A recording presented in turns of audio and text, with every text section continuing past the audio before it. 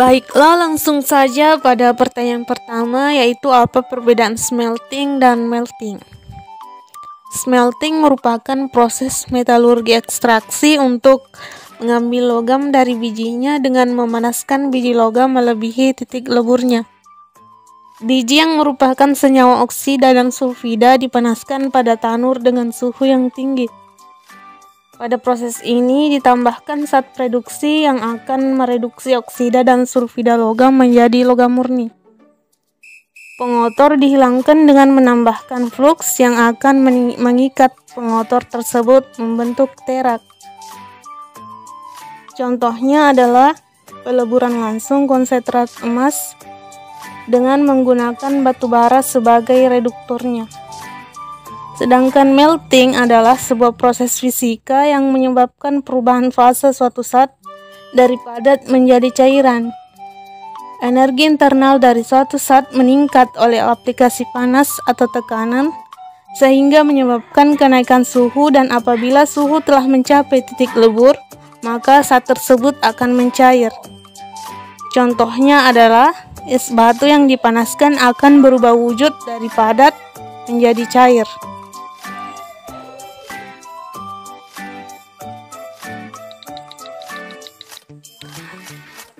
Kemudian yang kedua, apa perbedaan besi, baja, dan stainless steel? Ketiga material ini memiliki sifat ketahanan yang kuat. Namun, stainless steel bersifat tahan pada karat dan cocok untuk digunakan pada peralatan dapur. Sedangkan baja cocok digunakan untuk peralatan yang lebih kuat. Stainless steel yang tahan karat membuatnya lebih awet atau tahan lama dan tidak mudah rusak karena oksidasi.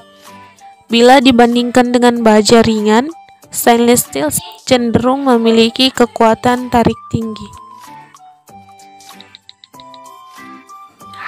Kemudian yang ketiga, apa perbedaan pengolahan nikel melalui pirometalurgi dan hidrometalurgi?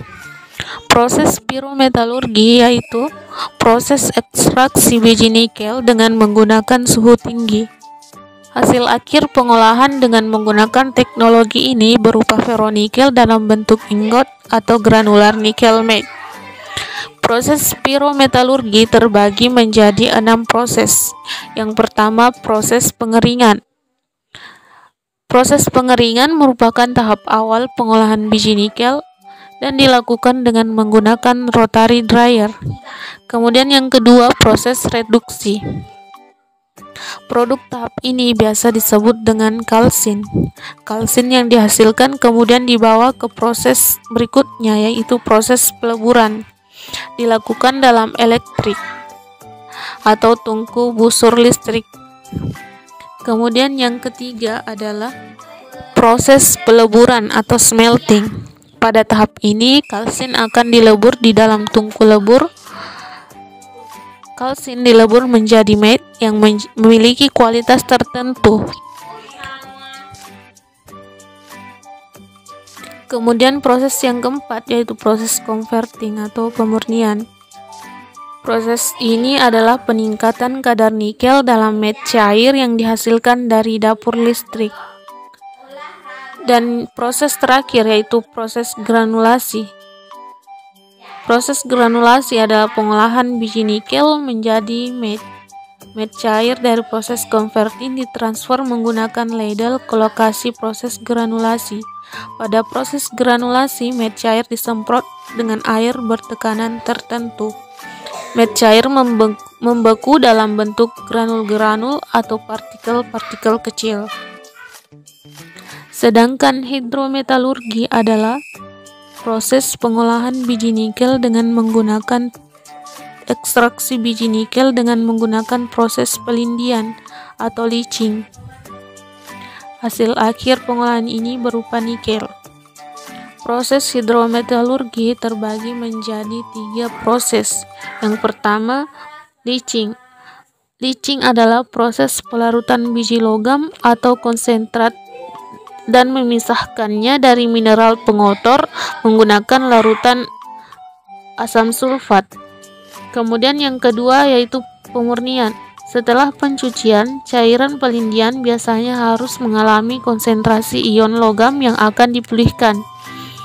Dan yang terakhir yaitu recovery atau pengambilan logam berharga dengan cara pengendapan atau presipitasi yang selektif.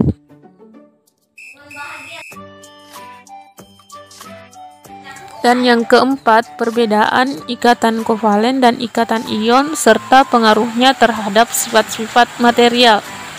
Perbedaan utama antara ikatan kovalen dan ikatan logam adalah formasi mereka.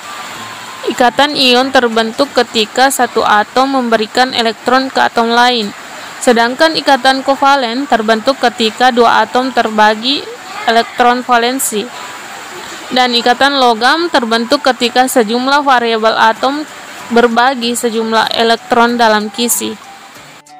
Pertanyaan yang kelima atau pertanyaan yang terakhir.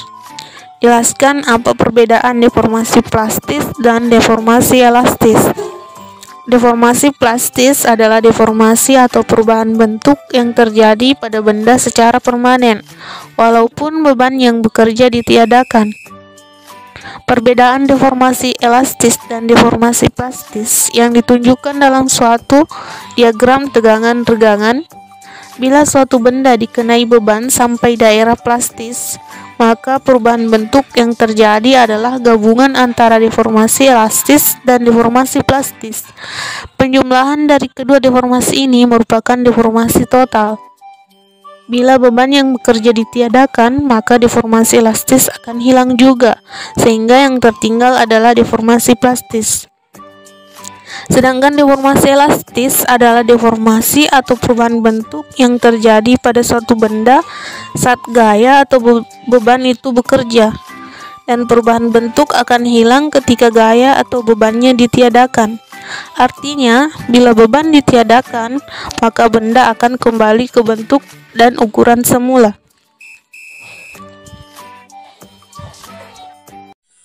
Terima kasih.